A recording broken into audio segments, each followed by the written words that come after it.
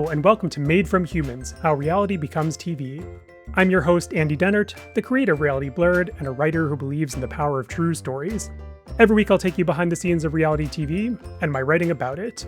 On this week's episode, a dramatic reading of my very first reality TV recap to celebrate Reality Blurred's 26th birthday today.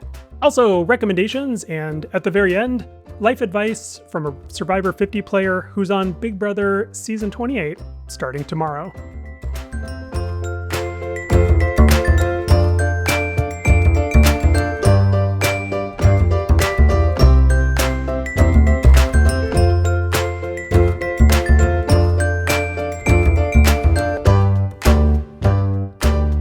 Welcome. I'm grateful you're joining me today, especially today, July 8th, 2026, because this is the 26th anniversary of the public launch of realityblurred.com.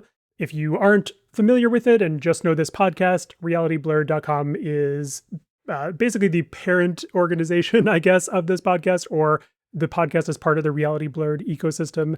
I started Reality Blurred as a blog back in the summer of 2000, a few weeks or I guess month and a half after Survivor, Borneo premiered, and right around the time that Big Brother kicked off, just as a way to keep track of what was happening in the reality TV world, because there was no other site and there was no other reality TV coverage. So I created it, as one does on the internet.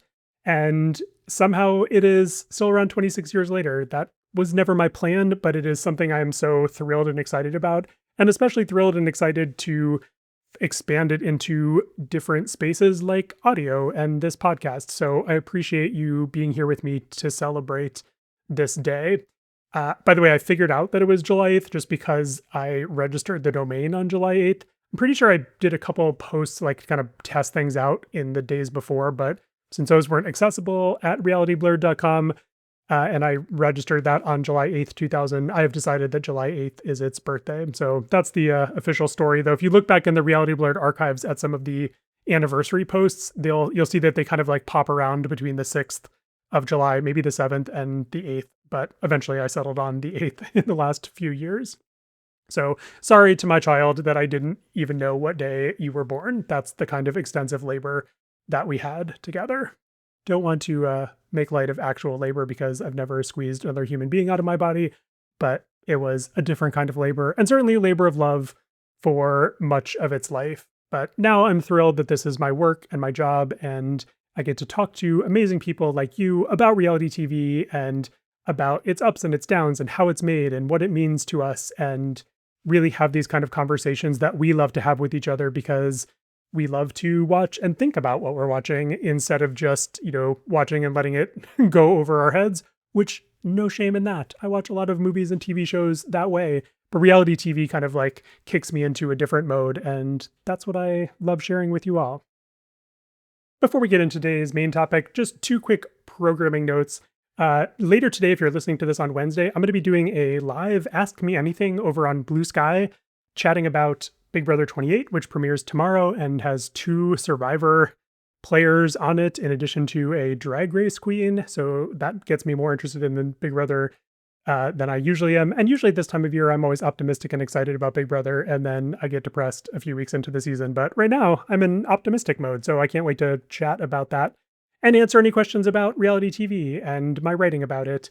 That's going to be on Blue Sky with the hashtag #WatchWithAndy, which seemed like the best option, even though I wanted to make sure it wasn't, people thinking this was Andy Cohen. But Watch with Andy, not Cohen, the Reality Blurred one, felt like too long of a hashtag to actually use. So you can jump onto Blue Sky and see that. You can also go to surf.social, and there I will leave a link in the show notes here to my Big Brother community, which is basically a curated feed of all kinds of trustworthy Big Brother sources. And you'll see the AMA there as well if you're not on Blue Sky and just want to kind of follow along. The second programming note is that I'm recording this on July 7th in the evening, so it can go live first thing on Wednesday morning. But I'm finishing up an essay for Reality Blurred's birthday, as I tend to do a post every birthday, anniversary day. I haven't even settled on whether it's birthday or anniversary. Again, sorry to my child here. But I'm basically just thinking about where I'm kind of positioned in the world and how much time I have spent trying to kind of make the Google gods and other kind of tech people and tech devices and stuff happy instead of focusing more on the stuff that I love. And I've done a lot of that over the years and been really grateful for it. But that's really the next phase of Reality Blurred's life, is to produce stuff for people and not for the algorithm, not for the tech companies, not for anything except you. And so I appreciate you being here. You can read more about that on the site, and I'll talk more about it in the AMA tomorrow as well, once my thoughts have congealed. But basically, just wanted to say thanks for being part of this journey. Whether this is the very first episode of this podcast you've listened to, or if you've been with this podcast since its beginning, or if you've been with Reality Blurred since the first year. And there are many of you out there who have been with me for 26 years, which is absolutely incredible. And I'm so grateful for this community and this corner of the corner of the internet that we have found together. So thanks for that. Okay, on to the department called Why I Wrote That, or How I Wrote That. But today it's going to be Why and How I Wrote That, where I share insight into my process as a writer and blogger. This podcast is called Made from Humans: How Reality Becomes TV. But of course, once reality becomes TV, a big part of the reality of the people who are on the shows and us as viewers is the discourse, the conversation, the recaps, the blogging, the gossip, the news reporting, all of that stuff that happens afterwards. And of course, I am a small part of that ecosystem with the work I do on Reality Blurred and here. And I wanted to just kind of share how I even got into this in the first place. And I wanted to do that by sharing with you the very first recap I ever wrote, because that was indirectly responsible for the creation of Reality Blurred.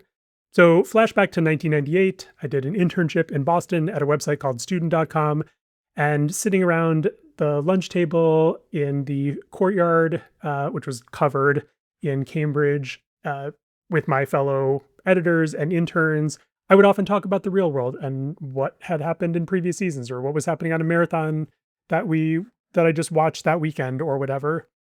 During one of those lunches, Wesley Morris, who was the film or culture editor at student.com, I think he definitely wrote film reviews and just beautiful, incredible movie reviews. And he went on to win a Pulitzer and now is at the New York Times. Just an extraordinary writer and a model for somebody who wrote about pop culture for me as an intern.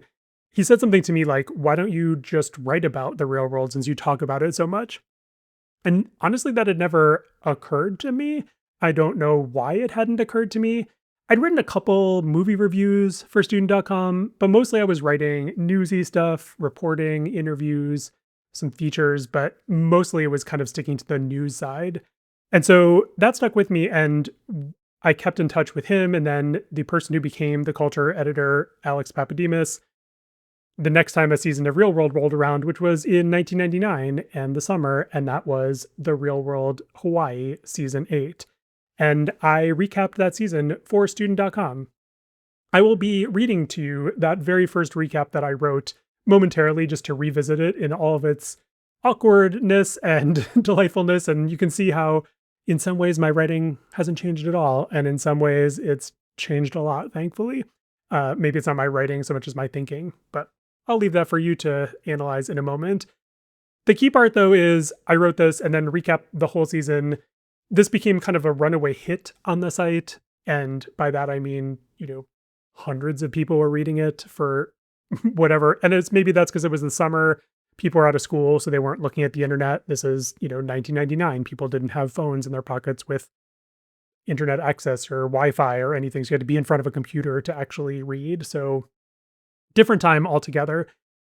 What's fascinating, though, is writing this first recap, I do not remember how I figured out how to do this or what to do with it. And I think you can see that in a little bit of this. It's kind of a bit of summary with commentary and a lot of snarkiness, which was just my personality and my humor, I think, coming through on the page. But at this time, back in 1999, there wasn't a whole lot of recapping happening on the internet. Now, the site that eventually became Television Without Pity was founded in 1998 called Dawson's Wrap. That became Mighty Big TV in 1999, and then eventually Television Without Pity. whose very famous tagline was "Spare the snark, spoil the networks," and became known for its incredibly in-depth and hilarious recaps about all kinds of shows, scripted and unscripted, and gave us some incredible writers and podcasters and people you still know today who worked for, wrote for, and or founded the site. Like the founders of the site now have the podcast Extra Hot Great that I have been on and mentioned here before. But I digress a little bit. I don't remember reading Dawson's Rap or Mighty Big TV when I started recapping the real world. So it would have been about a half, like a little bit into probably the Mighty Big TV early days. And maybe there were like, I don't have any sense of like the recap ecosystem because there wasn't really one. There were just some like, I think recappers here and there. What I do remember though is that most of my TV conversations at the time happened on Salon.com and in their community section, which was called Table Talk. And they had a very robust entertainment and TV section. And so there was threads about every kind of show. And so after the real world, we would all show up and talk about it. And I think that's probably where my sensibilities about commenting on a show came from, more than seeing other recappers. Because again, I'm not pretending I'm the first, certainly not, nor did I do this in any way close to the best then or now. But I wasn't aware of those other people or didn't have models as we do now for so many things. Or like, when I was writing movie reviews, I had like Wesley as a model and just aspired to have the kind of thoughtful critique and detailed examination of craft that he had in his pieces. So I guess all that is to say, I wrote this not knowing what I was really doing and just kind of finding my way in it. And I think if you read through this first season, which starts with, a double episode 801, 802, and goes all the way up through episodes 822 and 823. So a 23 episode first season, though this was back when the real world was just half-hour episodes. You can see a little bit of the development of my style. At the end of the season, I started going in just writing regular TV reviews for Student.com. Eventually, Alex left, took another job. A new editor came in. That new editor and I didn't get along. Let's just say I've written more about this. I'll link in the show notes for some more details. But basically, personality clash over email, and that led to him replacing me as the recapper for the real world for the next season, which I think was New Orleans in 2000. And so all of a sudden I was basically fired and had no reality TV to write about that summer. And so that's what prompted me to start Reality Blurred, was I wanted to do more writing about reality TV. The real weird part and irony, and I don't even understand what my brain was thinking, is that I didn't actually write recaps when I started. I didn't like start Reality Blurred and start doing real world recaps. I didn't even do Survivor or Big Brother recaps. I did kind of mini ones in like a paragraph or like summarize a little tiny part of it, but it was nearly always to like link to or mention some kind of news that was coming out of it. Because I think I thought of blogs and websites in this way as being about news and information, not a place where I could actually just write longer pieces. So it took years and years for me to find my way into the types of reviews and recaps and essays that I write now. So just lots of transformation over 26 years for sure. But this is where it all began, because if I didn't write this first recap and then this first season and fall in love with the form, I've already fell in love with reality TV years before this. But if I didn't fall in love with this form and didn't feel so empty from not having the next season to write about, I never would have started Reality Blurred. We wouldn't be talking today. So that brings us to the real world episode 1 and 2, which were called Aloha and Ruthie's Problem. By the way, I watched this on the floor of a friend's house who I was staying in after graduating college, but not yet moving to Chicago, kind of in that in-between time. I watched it on a TV, took notes on a piece of paper and pad, and then went to sleep and then went and wrote it at a computer the next day. So it was like, it's just funny to think about, like I didn't even start taking notes on a laptop for at least another decade or two whenever laptops came in. The point is, there's not a lot of quotation, there's not a lot of detail in the same way that I might do today, and maybe that makes it better in some ways. It's a total of 658 words, and so here we go. I'm going to just, I guess not perform it for you because this is my own writing voice, but I'll try to give it a little bit of 1999 flair. I don't know what that means, but here we go. Andy Meets World. On the 8th season premiere of MTV's Real World, a bisexual alcoholic practically jumps out of the fishbowl. Our reality TV correspondent gets the net. That was the subtitle. Here's my part. The Real World is big on metaphors. That's why, since the first season in New York, MTV's marquee show has included a fish tank among the IKEA furniture in the house that 7 strangers share. 7 fish represent the cast members who are trapped inside a metaphoric fishbowl for the whole world to watch and judge. So when the producers set the 8th edition of the show in Hawaii at a house located in the shadows of a dormant volcano and included a fake fire-spewing volcano as part of the pool, that seemed to be one big metaphor for something. But that's not the way the 1-hour season premiere starts. Rather, we're introduced to what seems like the most homogenous cast in years. 3 of the cast members are 22, 3 are 21, the other is 19. Of the 6 enrolled in college, 2 go to UC Berkeley, 2 go to UCLA, the other 2 go to Rutgers and Harvard Law. Ethnically and otherwise, the cast is more diverse. This is the first season that the producers have included 2 non-heterosexuals. Ruthie is bisexual, and Justin, the 21-year-old Harvard Law student, is gay. Of course, there's also the token uncomfortable with gays cast member, Matt, who seems slightly less obnoxious than the Bible verse-spewing John from LA. Matt's face betrays him when Ruthie tells him she's bisexual. He looks like a beaten puppy, distressed that his perfect woman has a girlfriend. Later, Matt announces he'd be uncomfortable sharing a room with Justin because of Justin's sexuality.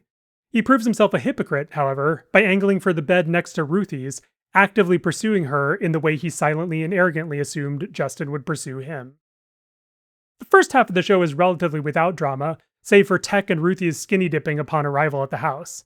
By the way, while we haven't seen much of it, the house this year seems less expansive than in previous years, but the location in the pool and the hot tub seem to compensate. The episode's blandness seemed to match the surface plainness of the cast until they venture out into a club where Ruthie drinks herself into unconsciousness. Matt and Amaya carry her home, and the scenes that follow are some of the most disturbing in the show's 8-year history. Justin holds her up in the shower as she vomits, then, in a true I'm glad I'm not there moment, her eyes roll back in her head and she starts seizing on the floor. You've got to wonder what the crew were doing at this point. Eventually, we see Amaya calling 911.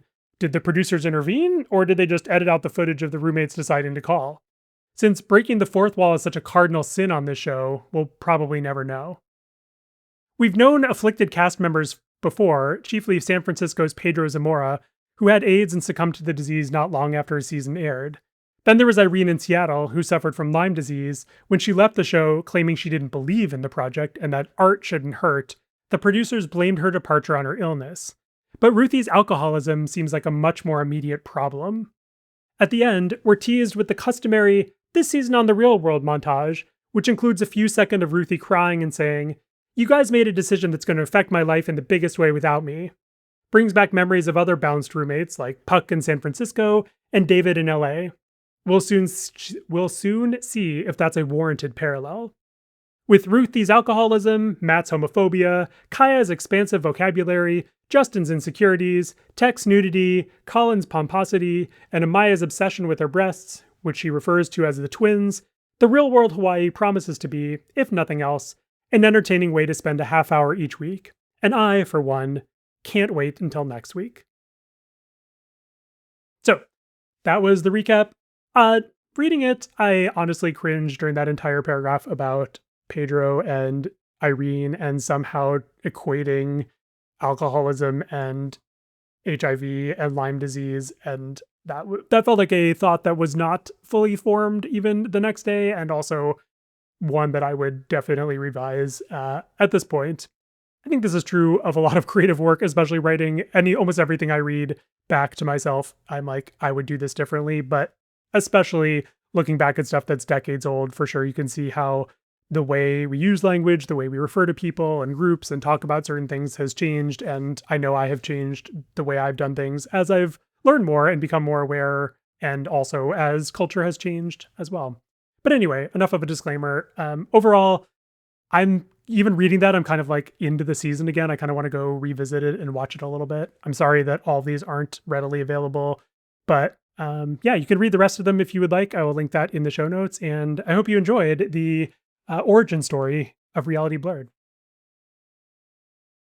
Okay, on to recommendations where I share things that are bringing joy and entertainment into my life. First up, Drag Race All Stars Season 11, Episode 9 for its challenge.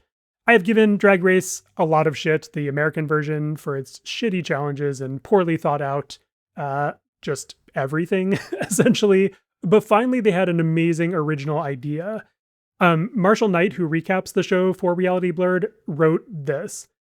Spoken word lip syncs are so essential to a queen's performance in clubs across the country, it remains a shock that it still hasn't become commonplace on the preeminent drag outlet. We had Jinx and Monet duetting to the famous Designing Women monologue on All Stars 7, but this challenge was a surprise and a delight through and through.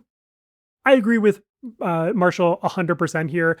And maybe my only point of disagreement is that I am even more excited about this challenge as like just the best that I've seen in years and years from Drag Race. So as he referenced, it's a spoken word challenge where each contestant drag queen was assigned an episode of RuPaul's VH1 talk show and a celebrity interview that took place in that, like Ru interviewing B. Arthur.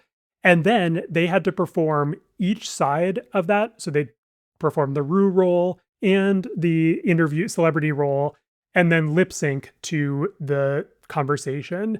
That gave them so many opportunities to kind of create new characters, and the absolutely incredible performance that happens here is from Kennedy, which you have to watch to see. I don't want to spoil any of it, but just an absolutely terrific episode all around.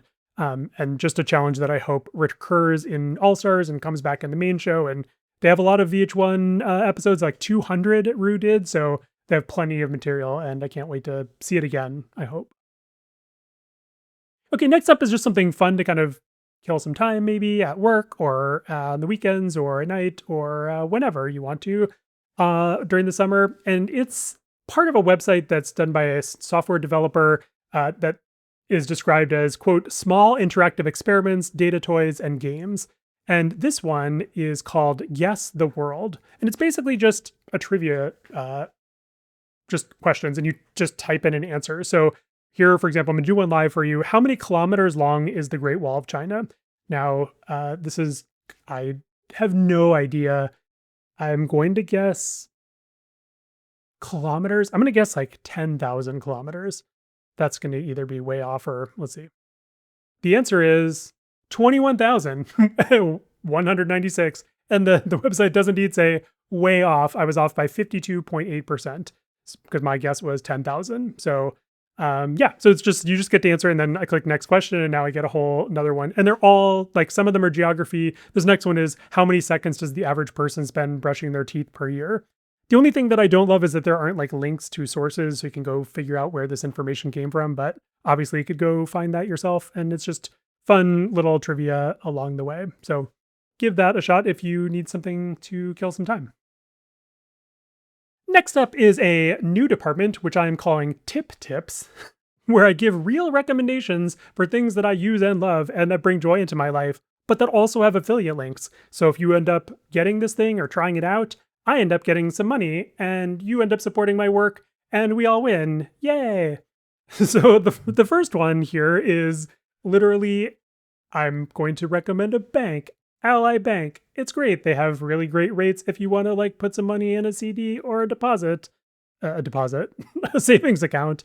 And if you use this link that I am sharing with you, and I think you have to have like a check or direct deposit put into it, and you have to make a deposit of some amount of money into it within a certain amount of time. If you do those little tasks that it gives you, you get $100 for free. And then I think I get $50 or something like that. So it's kind of a great deal if you're just looking to stash some money away, whether it be $50 or $5 million. And if you have $5 million to stash away, may I offer that Reality Blurred would love to put your name on a page and call you a name sponsor if you want to send any of that my way.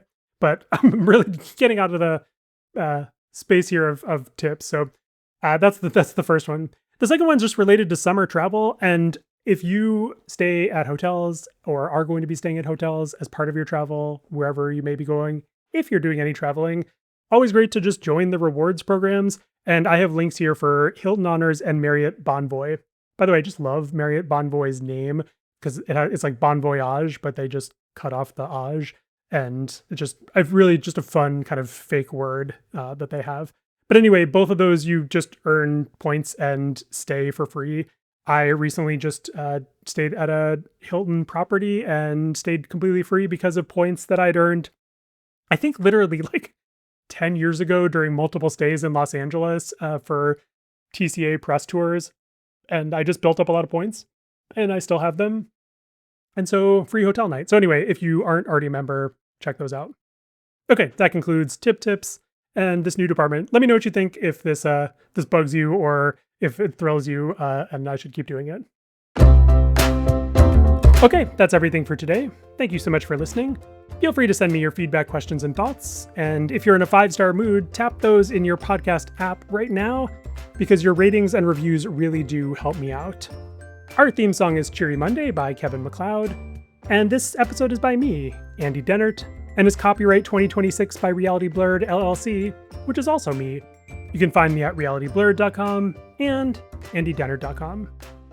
I'll leave you today with life advice from reality TV, this time from Survivor 45 winner Dee, who's on Big Brother Season 28 along with Rick Devens.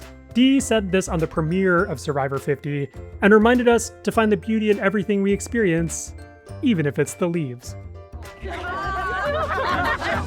Dude, it feels so good to be here. I'm a Survivor girl through and through. I love being in the island. I love playing the mind games. I love having fun. Even this that we wipe our asses with, like, everything is so beautiful.